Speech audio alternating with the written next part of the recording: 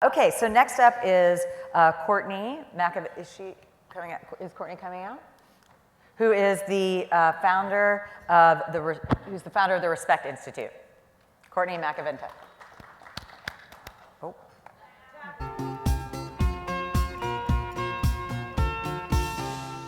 I'll never forget when I was a little girl hearing that knock at the door, and it was the police coming once again to arrest my father. And it wasn't the first time. By the time my dad was 19, instead of going to high school or college, he was going to San Quentin Penitentiary for a felony conviction. And my two older brothers also went to prison under age 25. I now know there's a name for this problem, and it's called the school to prison pipeline. In the US alone, 7 million kids were suspended from school in 2011 and 2012, and unfortunately, these kids are 3 times more likely to be touched by the justice system. At the Respect Institute, we give vulnerable youth the mentors they need to have the academic and life outcomes that they deserve. We train these mentors all over the country through partners, e-training, and a fabulous fun toolkit. We want help reaching 1 million mentors by 2020 with our Respect 360 toolkit, and we want new partner organizations to help us carry the work on the ground. Was it close? Yeah. Please don't make me do it again. Sorry, I don't know why I'm like freezing up. Okay. Can I start over? Yay! Woo! Courtney.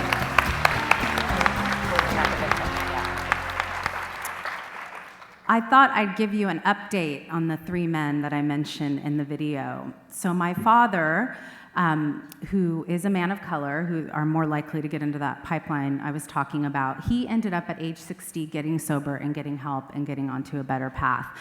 Great. And one of my older brothers, my brothers ended up having this sort of tale of 2 cities, unfortunately. One of my older brothers got job training and mentorship and has not returned to prison and is a productive member of society. And then our oldest brother actually died of a drug overdose. So he didn't get help, which is one of our Respect basics. We teach a set of resiliency practices that can overcome adverse childhood experiences that help mentors on the ground become trauma-informed. Folks who come from my background, and by the way, this is not just about men. So I was a juvenile offender, now I'm a juvenile justice commissioner in Silicon Valley. Young women are the new, especially Latina women, are the new rising population inside of these systems. So we need mentors who don't think, what is wrong with this person? That think, this could be trauma. I need to come from a different place when I'm mentoring them. So what we're doing now, we've already reached 50,000 youth and youth influencers, and we're scaling. So to reach that 1 million mentors we talked about, we need new investments. We are a social nonprofit, and one of the numbers I just want to give you to think about is to reach 1 million mentors through our partner organizations like Clinton Global Initiative, Planned Parenthood, Boys and Girls Club, we just need to raise $1 million. That's $1 per mentor. Whereas it costs $80,000 to $90,000 a year to incarcerate a young person in this country. So those are the economics, and I think it's a great ROI to have our youth instead going and working at the companies you just heard about versus going to prison. So thank you. Great job, Courtney. Thank you for the amazing work that you're doing. And again, it's just someone has to do that stuff, right? It's like it's the really hard work, and it can be very emotional and traumatizing to deal with, those issues and problems in our community. So I thank you for your work. I'm curious a little bit about the program and how the mentors deal with the men and just the people that you guys are trying to outreach.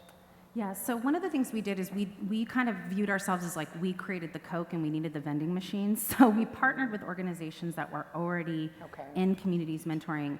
And part of the scale is about, and this is a problem in many organizations and companies, how do you create sticky training with fidelity? And so what the research that we did and the partners that we have, we're in the process, and this is where we need a wonderful full stack developer from somewhere out here, of creating we have piloted a version, an e-training that's very sticky, but also provides mentoring tech supports. Like this week I got a call from someone saying she does a financial literacy program one of my mentees is just disengaged from the program, like in the live program. She was going through something got triggered. And so I was able to just give her a few coaching. And it's not rocket science, you just need to learn how to do it.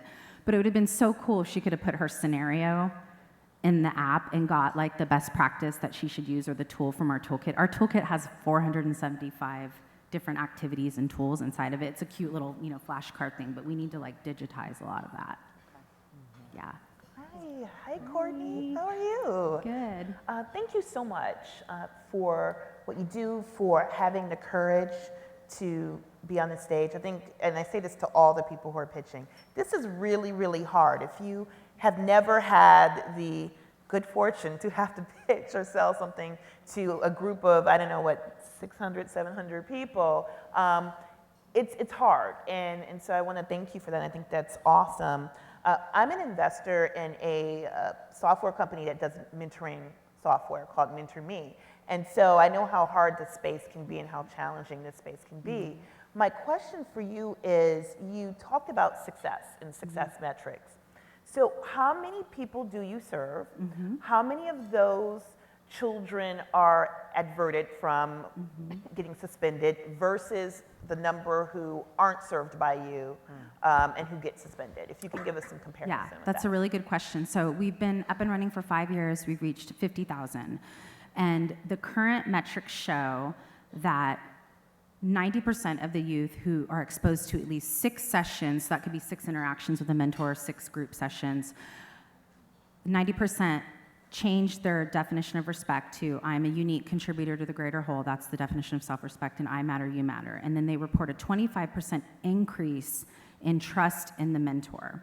And that's actually what we're measuring, because our partners are going to measure the longitudinal success of who went to prison and who didn't. Or we also, work with young women, so we have Planned Parenthood, who got pregnant, who didn't. So they're measuring those long-term outcomes, like the New York Department of Corrections, who we work with. So we are tracking that, but we don't have, 5 years in, we don't have the data on that. But we do have the data on the trust, which the resiliency research shows is a protective factor that decreases risk-taking behavior. So that's what we're looking at internally. But that's a great question. It may be helpful for you if you could start to get that data, even if it's, I know it's only been 5 years, but even having, of the 6th grade population that we are currently training, like this is what our kids do, and you don't want to say our kids versus their kids, but this is kids who go through the program, this is their sort of path, and this is the path of kids who haven't gone through our program. Yeah. It would be really helpful for a funder to see that, and it would make your case even stronger. Yes, yeah, we have some partners that we will have data in about 2 years from our first 6th grade cohort, and then we also work in the high school space and young adult space. But even if it was until you have that data, even getting the anecdotal feedback from the organizations you're working through about the results they see versus what they see in populations that aren't involved in that way would be, I think it's a really important point, because it will help you with investors. And the last 30 seconds, I would love to hear why you named it the Respect Institute. Well, I wrote a book called Respect, so it sort of came from that, but also because, in my community, a lot of men and women learned that respect had to be earned, which we say it doesn't, and that respect was, you got it through force, which is fear. And the data shows that self-respect is so much more important than self-esteem. Self-esteem is our opinion of ourselves, but it's based on outside content. I can't control what society thinks of me. Right. Self-respect is an internally driven asset. Fantastic distinction. Very good. Thank you so much, Courtney. You did a great job.